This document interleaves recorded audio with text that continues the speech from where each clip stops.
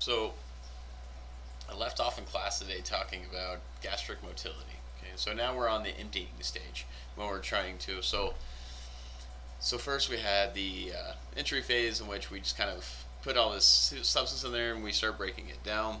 Okay, then we eject a little bit into the duodenum. Right, remember this is going to be a very small volume, generally about 5 milliliters. Okay, gastric pacemaker cells are controlling the activity of this, so we don't require any outside influence, but sometimes we'd like to have outside influence. So maybe we can increase motility, or maybe we can increase the strength of motility. Okay. So this is all controlled through a feedback loop, right? And once the the gastric activity starts to decrease, then it removes the stimulus for this action. We saw a number of hormones from the duodenum that act on the stomach to affect its function.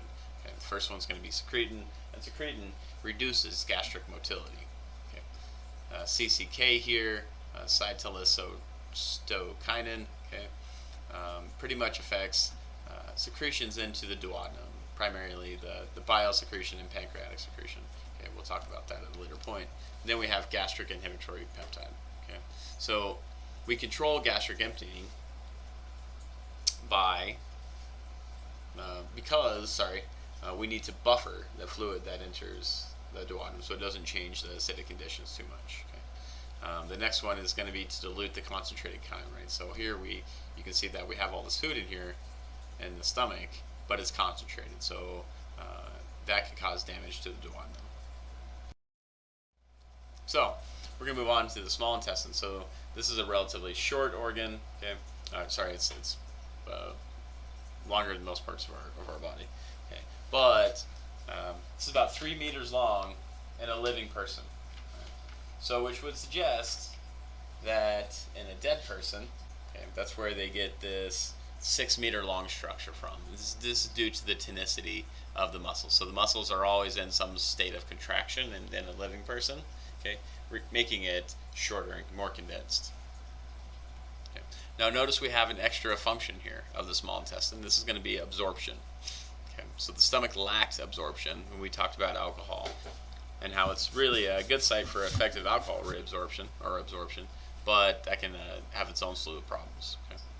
Now we see instead of the diffuse neuroendocrine cells, we see enterocytes producing intestinal secretions, okay, and these are going to be supplemented via secretions that come from the pancreas in origin.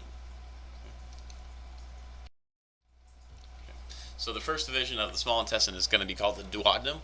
It's up here in the upper right corner. You can see it highlighted in blue.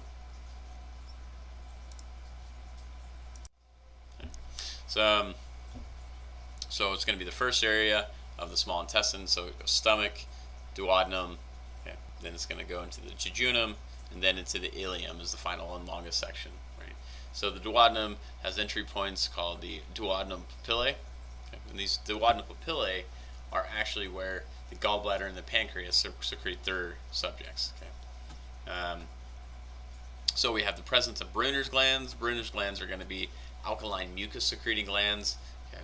And you think about the location of the duodenum or duodenum, okay, and the duodenum or duodenum, okay, is receiving this acidic kind of mixture from the stomach. So the alkaline mucus will help neutralize some of the effects and prevent damage to the underlying tissues. Okay.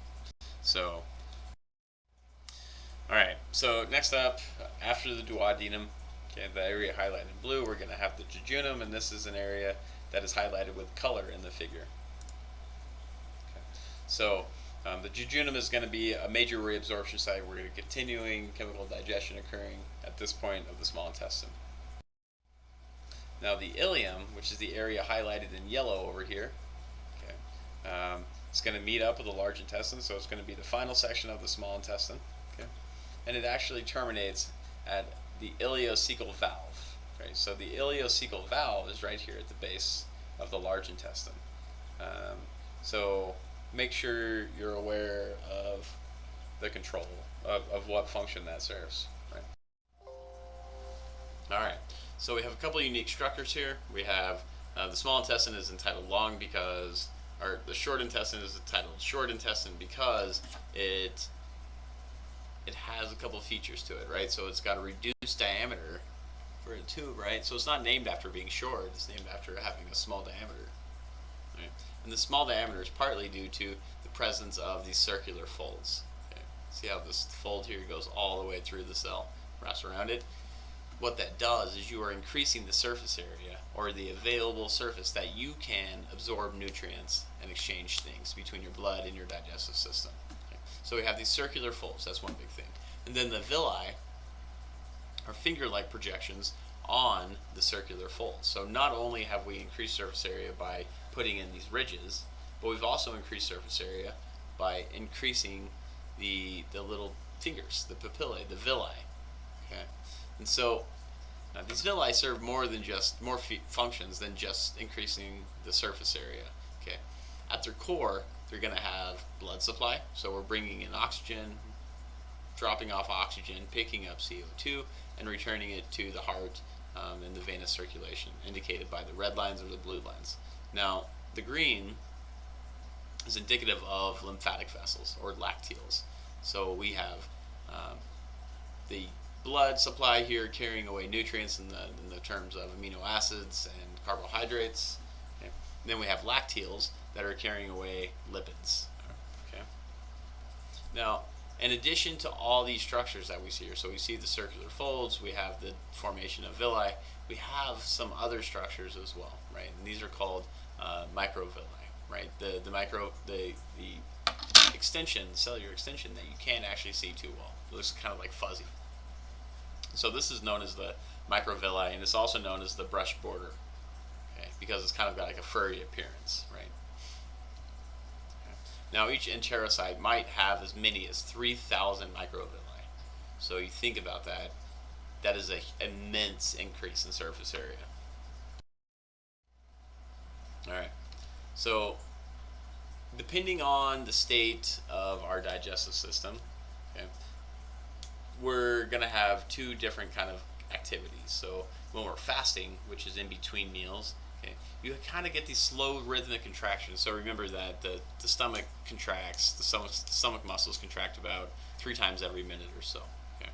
Now this is going to be in between meals.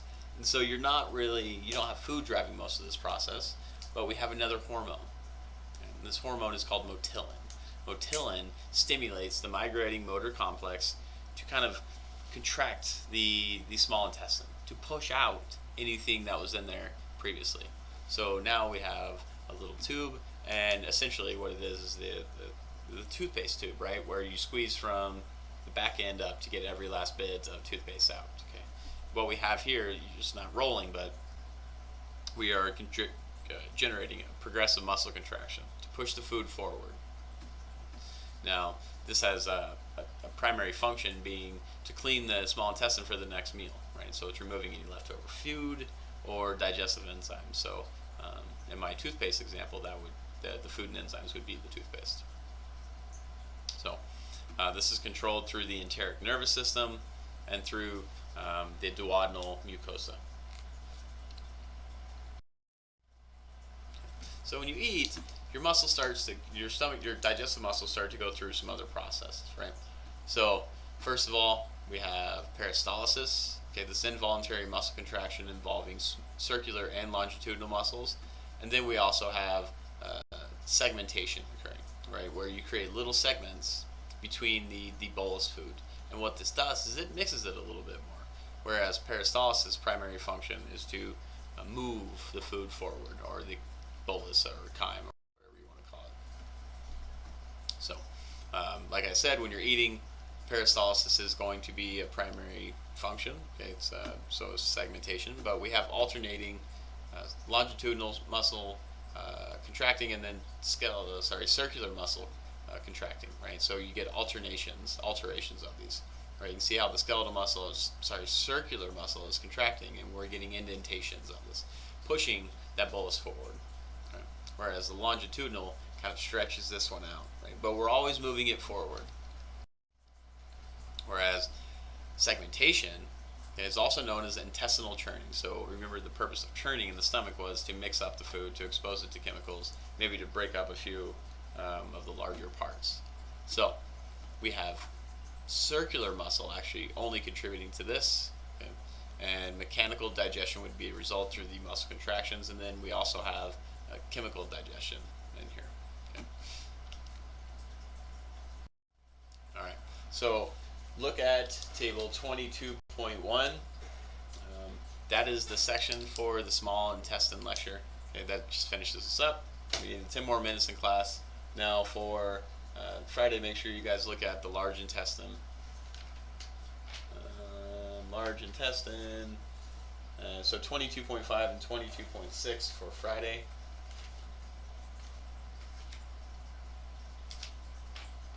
And then we will talk about nutrient digestion and absorption on Monday. All right, have a nice rest of your week.